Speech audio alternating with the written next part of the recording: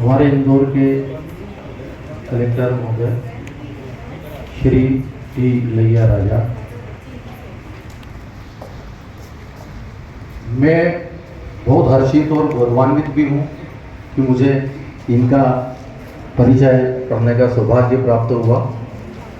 इंदौर की भाषा में बोलते हैं कि जैसे जुगाड़, तो ऐसे जुगाड़ से ही मैंने इनके बारे में जो कुछ भी नेट पे मिला या जो कुछ भी मेरी को जानकारी प्राप्त हुई उसके अनुसार मैं आपका परिचय पढ़ रहा हूँ।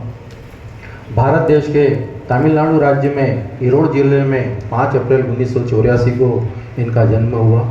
माता घरेलू कार्य करती हैं, पिता किसान हैं, साथ ही पिता के खेती किसानी कार्य में सहयोग करती है माता जी। आपका बचपन ग्रामीण परिवेश में ही बीता है। बचपन से ही आपको लोक संगीत सुनना बेहद पसंद था। 14 वर्ष की उम्र में वे अपने बड़े भाई की अध्यक्षता में एक यात्रा संगीत मंडल में शामिल हो गए और अगले ही दशक में पूरे दक्षिण भारत में प्रदर्शन किया। यह आपके दार्शनिक होने को प्रमाणित करता है। मद्रास वेटनरी कॉलेज में पशु चिकित्सा का अध्ययन करने के बाद आपने IAS की परीक्षा प्रथम प्रयास में ही पास कर ली। 2009 बैच के IAS आपने स्वास्थ्य, शिक्षा और स्मार्ट सिटी सहित कई क्षेत्रों में कार्य किया। आपने पहले सिवनी में सहायक कलेक्टर और फिर जनपद पंचायत राजगढ़ में CEO के पद पर कार्यरत रहे और जब केडर का जिक्र हुआ तो आपको मध्य प्रदेश का राज्य मिला।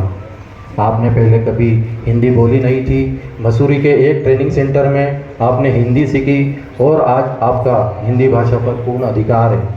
पहली बार जब कलेक्टर बनकर आप भिंड गए तो बिहार के बाद नकल के लिए पूरे देश में चंबल का यह बदनाम जिला कहलाता था। आपने यहाँ सभी परीक्षा केंद्रों में CCTV कैमरे लगवा दिए। परिणाम स्वरूप 2015-16 में मात्र 15.5% 10वीं में और 12वीं उनको चिन्हित करना, आपको पोषण पुनर्वास केंद्रों में लाना, बड़ी मात्रा में डेटा एकत्रित करना, फसल खराब नहीं हो इस दिशा में काम करना, तकनीकी काफ़ी समस्याओं से निपटना आसान है। ड्रोन का उपयोग फसल खराब होने की जांच के लिए भी किया जाता है। जो प्रौद्योगिकी में कुशल है उन्हें आगे लाएं। सेवा क्षेत्र में अधिक कुशल बनाना आप इसके लिए प्रयासरत हैं।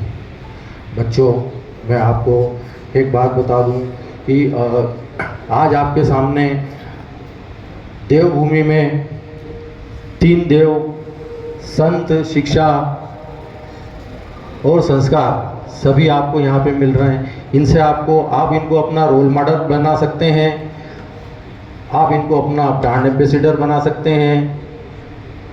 मैं निश्चित रूप से आपसे कहूँगा कि आप अगर ऐसे व्यक्ति को और इनको अपना रोल मॉडल बनाते हैं तो आपका भविष्य उज्जवल और निश्चित रूप से सफलतादायक रहेगा। IAS अधिकारी होना अपने आप में गर्व की बात है।